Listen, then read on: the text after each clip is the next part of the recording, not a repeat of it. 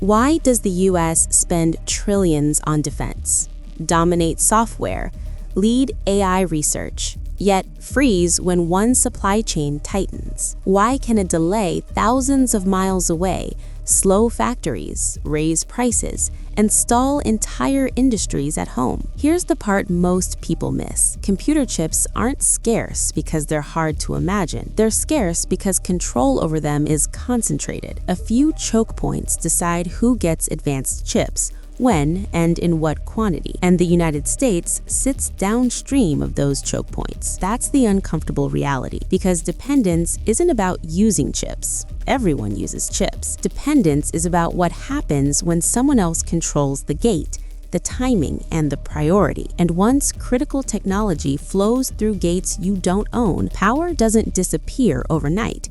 It gets negotiated, delayed, and constrained in ways you can't command your way out of. Here's where the dependence becomes real. The most advanced computer chips in the world are not made everywhere. They're made in very few places, through a manufacturing process so complex that only a handful of facilities can execute it at scale. Designing chips is one thing, manufacturing them is another, and that's the gap the United States sits in. The critical choke point isn't demand or innovation or money, it's fabrication, the step where designs become physical chips. Today, the cutting edge of that process is concentrated in a tiny number of factories, clustered in specific locations, running machines that take years to build and decades to master. If those facilities slow down, everything downstream slows with them.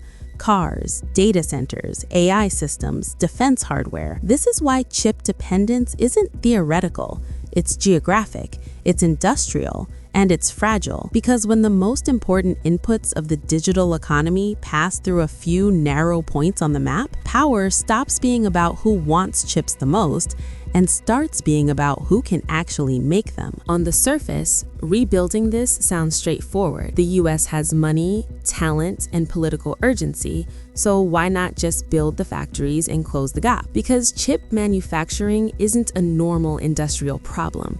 You don't solve it by spending more or moving faster. The most advanced fabs take years to construct, longer to stabilize, and even longer to perfect. Every step depends on ultra-specialized knowledge that only exists through repetition. Thousands of failed runs, microscopic adjustments, and experience that can't be downloaded or rushed. And even when a factory is finished, it doesn't automatically work at the level you need. Yields start low, mistakes are expensive.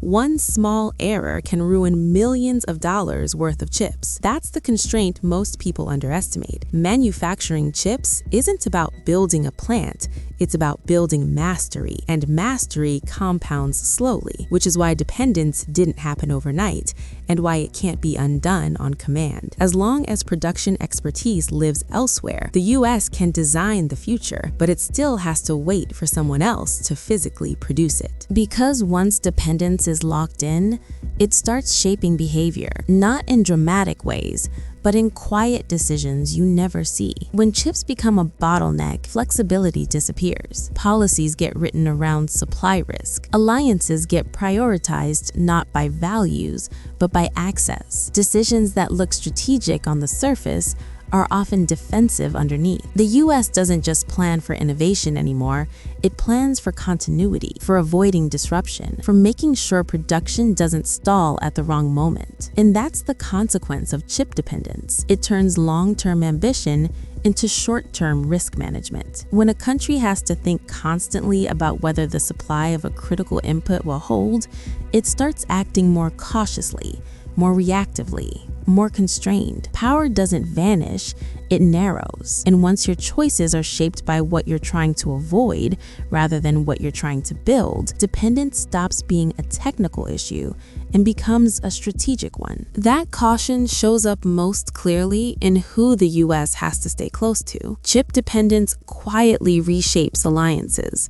Suddenly, certain regions matter more than they used to. Certain relationships become non-negotiable, not because of shared ideology, but because production lives there. When supply is concentrated, security policy and economic policies start overlapping. Trade rules harden, export controls appear, diplomatic language tightens, and what looks like strategic leadership from the outside is often supply chain anxiety on the inside. This is the uncomfortable shift. Dependence turns cooperation into necessity. The US doesn't just want stable partners, it needs them to keep the digital economy running. And once critical technology is tied to external producers, foreign policy stops being purely about influence and starts being about ensuring nothing breaks. And that's where the pressure starts flowing inward, because chip dependence doesn't just affect foreign policy, it reshapes domestic priorities too. When supply is fragile, governments step in,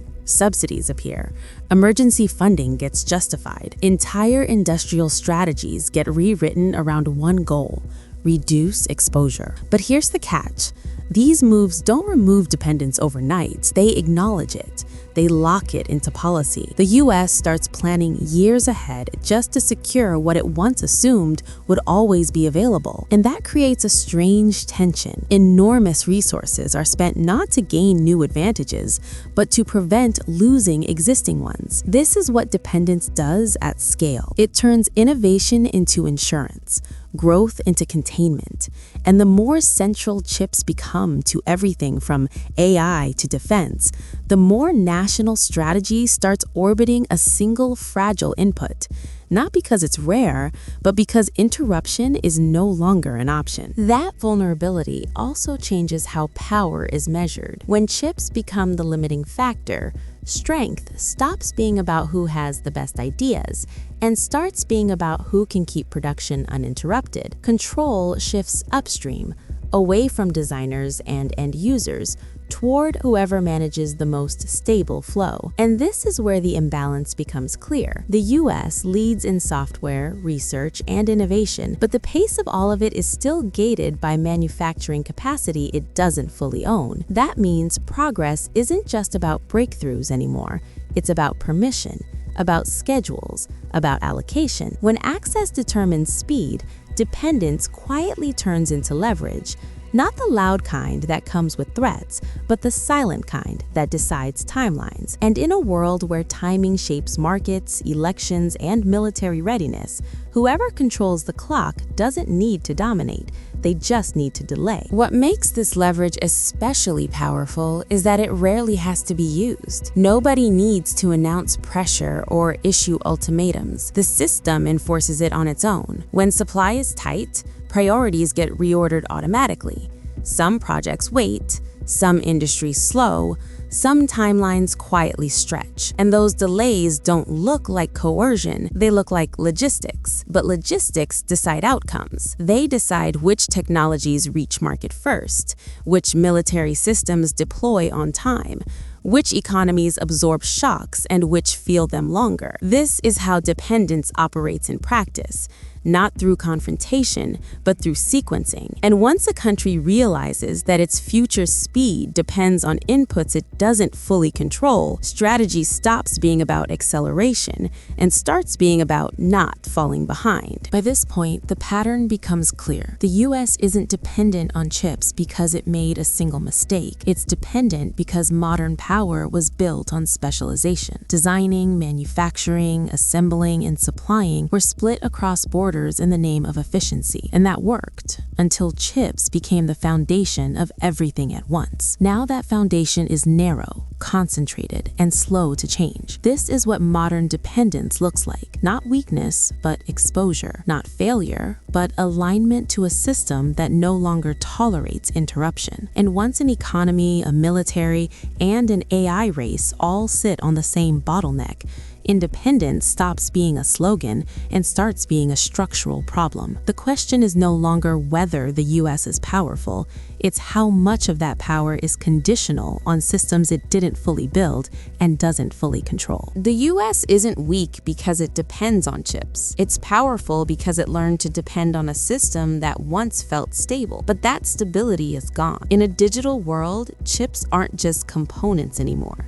They're timing, leverage, and continuity. Whoever controls their flow doesn't need to challenge American power directly. They just shape the conditions under which it can move. And that's the real reason this dependence matters. Not because the US can't innovate or spend or compete, but because in a world built on bottlenecks, power belongs to whoever can prevent interruption. The future doesn't pause for shortages. It reroutes around them. And as long as the most critical input of the modern economy runs through narrow gates the US doesn't fully own, its strength will always come with a condition attached. Keep the chips flowing, or everything slows.